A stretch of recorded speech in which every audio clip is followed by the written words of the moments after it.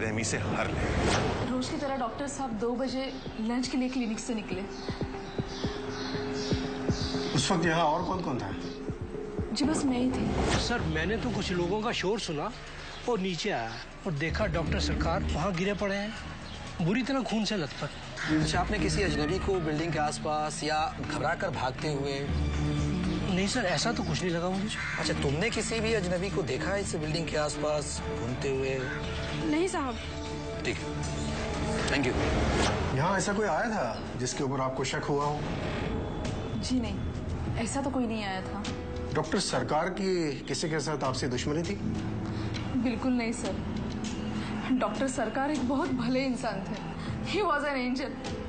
ऐसे भले इंसान की किसी के साथ क्या दुश्मनी हो सकती है? देवता समान थे डॉक्टर साहब, बड़े ही नेक इंसान थे। बहुत ही भले इंसान थे डॉक्टर सरकार। कोई आधी रात को भी बुलाता था ना, तुरंत आ जाते थे। ये बहुत ही बुरा हो गया। इतने मशहूर डॉक्टर थे, फिर भी क्लिनिक में एक भी पेशेंट नहीं था, ऐसे कैसे? क्योंकि उनके सारे पेशेंट्स को डॉक्टर के शेड्यूल के बारे में सब पता है, इसलिए सारे पेशेंट्स बस लंच टाइम के पहले ही। ओके, चलो।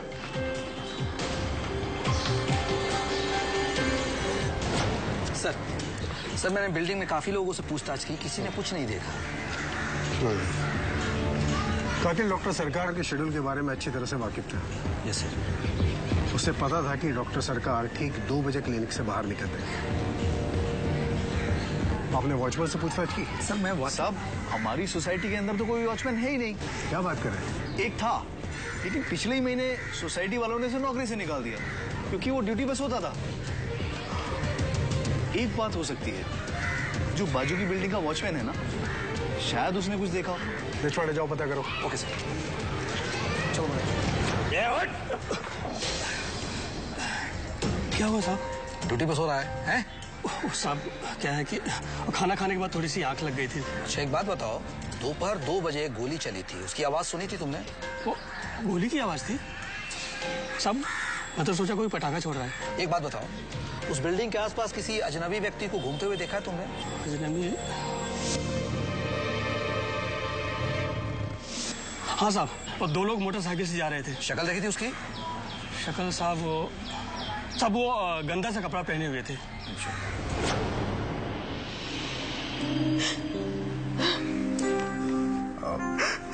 मिस्टर सरकार, प्लीज। बेटा तुम लोग अंदर जाओ।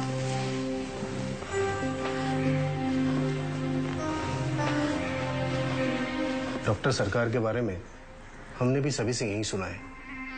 He was for sure a respected man। कहीं किसी ने पैसों के लिए तो? मैडम, ताज्जुब की बात यही तो है, ना क्लिनिक से कोई पैसा गायब हुआ है, ना ही घर से। यहाँ तक कि उनका वॉलेट, रिंग, सोने की चेन, यहाँ तक कि उनका मोबाइल भी नहीं गया। डॉक्टर सरकार की किसी के साथ रंजिश या दुश्मनी थी? नहीं इंस्पेक्टर, वो तो सबके साथ बहुत फ्रेंडली थे, सबकी बहुत मदद करते थे वो। सरकार प्लीज अपने आप को संभालिए। न जाने हमने किसी का क्या बिगाड़ा। देखिए, ऐसे गुनाह सिर्फ पैसों के लिए किए जाते हैं, लेकिन यहाँ कुछ ऐसा है नहीं। अब कातिल का मोटिव बचता है दुश्मनी। कोई तो ऐसा है जो डॉक्टर सरकार के शेड्यूल के बारे में अच्छी तरह से जानता था। उसे पता था कि ठीक 2 बजे डॉक्टर सरकार क्लिनिक की सीढ़ियां उतरते थे। कोई तो दुश्मन है। डॉक्टर साहब के शेड्यूल के बारे में तो सभी को पता था इंस्पेक्टर, उनके पेशेंट्स, स्टाफ और यहाँ तक कि बिल्डिंग के सारे लोगों को, और उनके कातिल को भी। सर बाजू वाली बिल्डिंग के चौकीदार ने बताया कि गोली चलने से कुछ समय पहले 2 अजनबी व्यक्तियों को बाइक पे आते हुए देखा है सर। उन्होंने उनके चेहरे देखे थे? नहीं सर, शक्ल तो नहीं देखी थी, लेकिन हाँ सर, उसने एक बात बताई कि उन लोगों के कपड़े बहुत ही मैले कुचैले और फटे पुराने थे। सर मुझे तो डाउट हो रहा कि कहीं डॉक्टर सरकार की सुपारी तो नहीं दी गई। क्या? मिस्टर सरकार, डॉक्टर सरकार को कोई एक्सटॉर्शन के लिए फोन आया था? नहीं, कभी नहीं आया। हो सकता है उन्हें आया हो और उन्होंने आपको बताया नहीं। नहीं इंस्पेक्टर, ऐसा नहीं हो सकता। डॉक्टर साहब कभी कोई बात मुझसे नहीं छिपाते थे। नेवर। ठीक है, थैंक यू।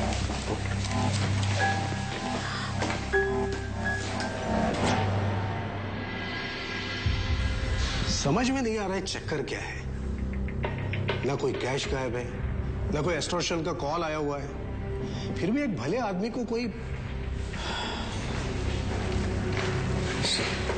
आओ तुम्हें बैठो।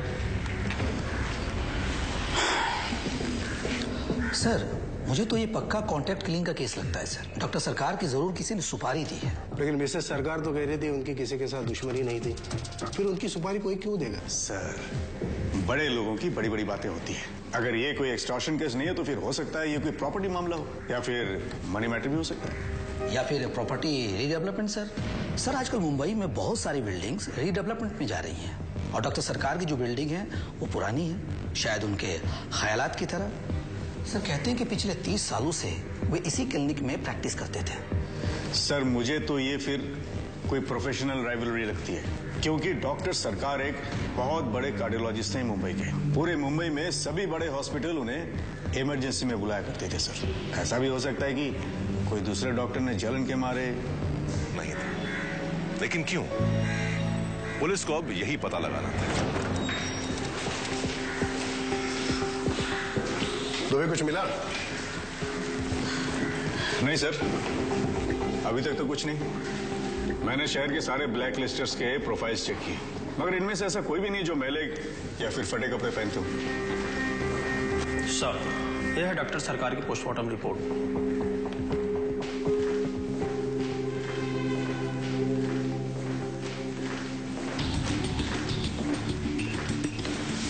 सर, इस रिपोर्ट के मुताबिक डॉक्टर सरकार के कत्ल में 2 अलग अलग पिस्टॉल्स का इस्तेमाल किया गया था और दोनों गोलियां देसी कट्टे से चलाई गई थी सर। खास बात तो यह है कि दोनों गोलियां 6 इंच के कम की दूरियों से दागी गई थी।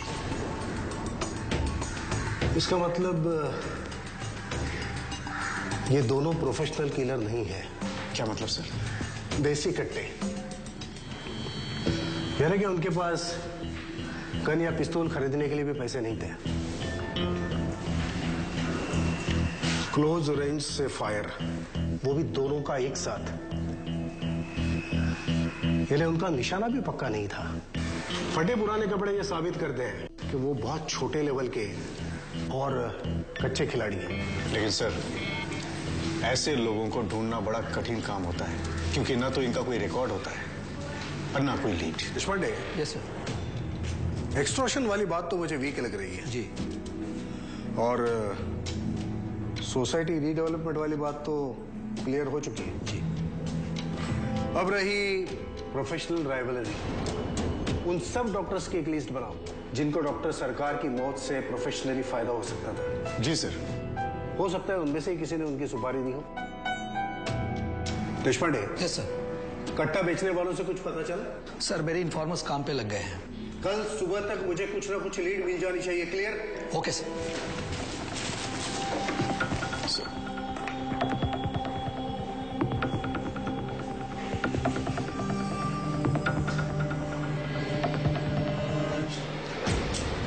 एक कटिंग। एक कटिंग।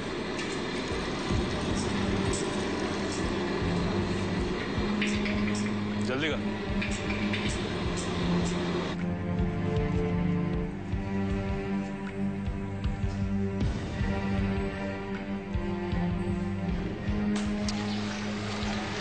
कुछ पता चला?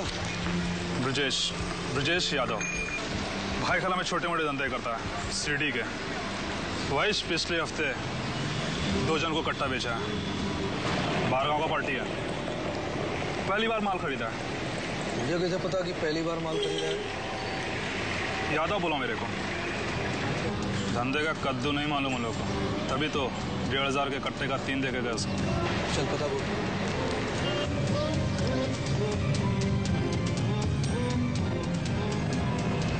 छानबीन कर रही थी।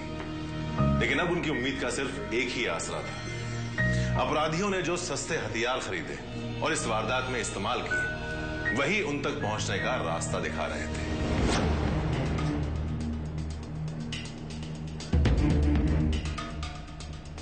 ब्रजेश यादव। जी हाँ, ब्रजेश यादव। अब उनका नाम ब्रजेश यादव। चल आज तुझे हम फिल्म दिखाते हैं। अरे चल, क्या कर रहे हो? ओके। बोल किसको बेचा था कट्टे, बोल। कसम साहब, अब उनको उनके बारे में कुछ भी नहीं मालूम। अब उनका नाम तक भी नहीं जानता है साहब। अच्छा, नाम नहीं जानता। वो तेरे पास सीडी खरीदने आए तो तूने कहा सीडी लेकर क्या करोगे, कट्टे ले जाओ, हैं? यही ना? मामू समझता है मेरे को, मामू समझता है। बोल किसने भेजा था उनको तेरे पास, बोल। बताता हूँ साहब, बताता हूँ। भैया जी ने भेजा था उन्हें। भैया जी? अब उनका पता बता भैया जी का। Nehru Nagar, room number 15। Doctor Dalvi, doctor सरकार के जाने के बाद शहर में 3 ही बड़े कार्डियोलॉजिस्ट बचते हैं। एक है डॉक्टर सिद्दीकी, दूसरे हो सकता है बिरानी ने ही। सच तो तुम्हें बताना पड़ेगा भैया जी। अब मर्जी तुम्हारी, पिट के बताओगे या बिना पिटे? साहब, मैं सच कह रहा हूँ साहब, मुझे कुछ नहीं मालूम। लेकिन हमें सब पता है, तुम्हारे आदमियों ने ही कट्टे खरीदे हैं। बोलो साहब, आप क्या बोल रहे हैं? मेरी कुछ समझ में नहीं आ रहा है साहब। समझ में आ जाएगा मोरे, जीप में डाल ले चल। साहब एक मिनट। मैं यादव, ब्रजेश यादव, उसी ने तुम्हारा पता दिया था। साहब, वो रूपेश और रमेशवा हमारे दूर के रिश्तेदार हैं। पिछले महीने ही वो लोग आगरा से मुंबई आए हैं। आगे? अब एक दिन रूपेशवा हमारे पास आया, वो बोला भैया जी हमको कट्टे चाहिए। साहब, मैंने उसे यादव का पता बता दिया। आगरे में दोनों क्या करते थे?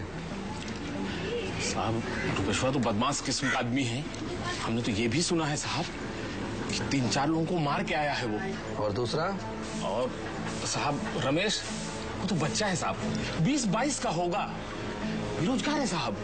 अब रूपेश जो भी कहता है वो चुपचाप उसकी बात मान लेता है साहब। मोरे, पेन और पेपर, पता लिखो इस पर। सरकार से नाराज था। तुम लोगों में से किसी ने रुपेश यादव और रमेश यादव को देखा है? साहब, यहाँ पे किसी को कुछ पता नहीं होगा। क्यों?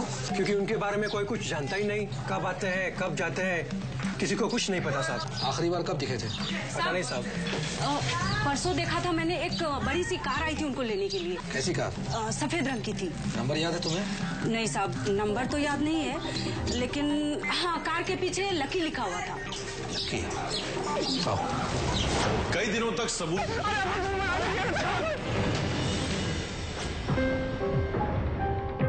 फाइनली राजू जोशी का ओवर कॉन्फिडेंस देखकर ही मुझे उस पर शक हो गया था। और जब मैंने इसके घर के सामने वो सफेद रंग की कार देखी तो मेरा शक यकीन में बदल गया। तो वहीं पे अरेस्ट कर लेना था ना, ये सब नाटक करने की क्या जरूरत थी? पुलिस की तूने अपने जैसे गेड़ा समझा क्या? अरे तुझे वहीं पकड़ लेता था तो तेरे ये 2 शूटर्स को कहां से लाता था मैं? इसके घर से निकलते हुए मैंने जानबूझकर बोला था कि डॉक्टर सरकार पर गोली चलाने वाले जल्द ही पुलिस की गिरफ्त में होंगे। इसको सुनाने के लिए, ताकि ये हड़बड़ाहट में इन दोनों को कांटेक्ट करने की कोशिश करें। जिंदगी में पहली बार हमने काम किए। हाँ साहब, इसीलिए मैं पहला पूछना कि हमसे ये सब काम। पहला पुसला का बच्चा तू, चुपचाप बैठा रही तो हड्डी तोड़ दूंगा, समझा? पहला पुसला। हाँ तो मिस्टर राजू जोशी, 11 फरवरी को दिल्ली जाने के जैसे डिटेल्स तुमने हमें दे दिए, उसी तरीके से डॉक्टर सरकार के मर्डर के डिटेल्स भी दे दे। अरे चुप क्यों है, बोलता क्यों नहीं? 28 दिसंबर 2004, वो दिन मैं कभी नहीं भूल सकता, क्योंकि उसी दिन मेरे छोटे भाई ने मेरे सामने दम तोड़ा था। उस डॉक्टर की वजह से। और तभी मैंने फैसला कर लिया था डॉक्टर सरकार को मारने का। क्योंकि तुझे लगा कि डॉक्टर ने जानबूझकर तेरे भाई को मारा? हाँ।